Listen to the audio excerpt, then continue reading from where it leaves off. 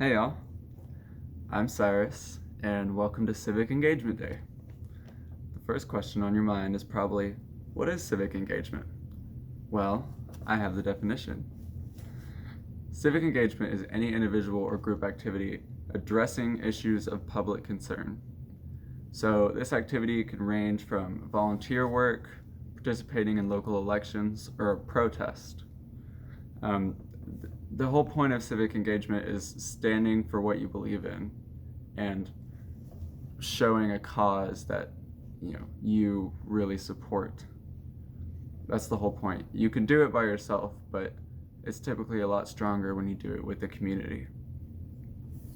So I am going to read a little excerpt from the first letter of Peter. So,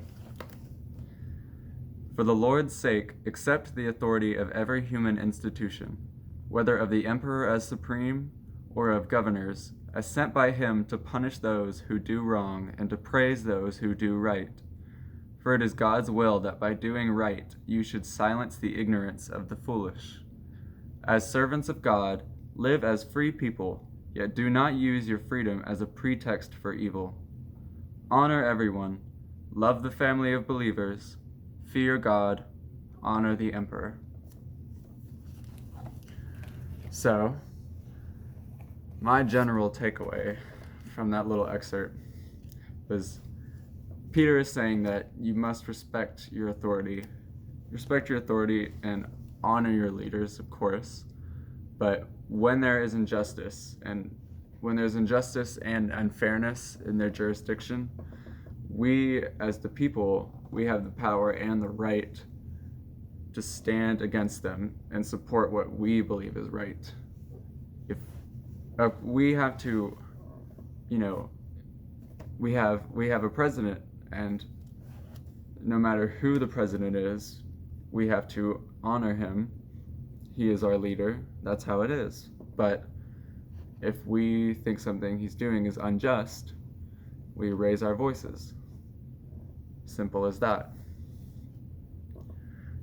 So standing against them is done with civic engagement, which is typically more peaceful rather than directly attacking the leader or organization that you disagree with.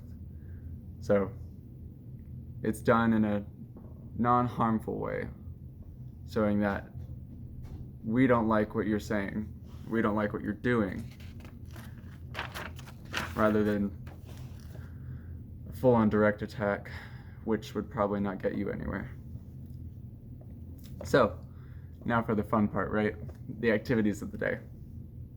So, first on the agenda is getting to know your public officials. Can you name your local, state, and national officials? Don't feel bad if you can't, because I can't either. So, that's why with y'all, I will also be learning all their names and their beliefs. You don't have to memorize them, don't worry. You just have to learn them. So we have a website for those of you in Missouri, and we have a website for those of you in Kansas. You put in your address, and it will show you your local officials and state officials, obviously, and national officials. So that sounds pretty cool to me. I'm going to be doing it too, like I said, because I can't tell you either. All right. Next, write an email about a cause you believe in. So, believe it or not, your local officials and sometimes national officials actually enjoy and do read emails and letters from people to hear what they care about. They like knowing what you care about and what you want done in the community. Sometimes that means they're going to get it done.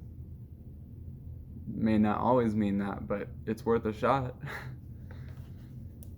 So, a great way to accomplish a goal such as getting a road paved in your neighborhood, that super bumpy one with all the potholes, building a sidewalk where one's really needed, or even installing water fountains in a local park, is to let your local officials know how important it is to you. Send them a letter, write an email, which is what we'll be doing, because, technology and stuff. Let them know, let your voice be known, and you might be surprised what can be accomplished. And last, but definitely not least, getting registered to vote.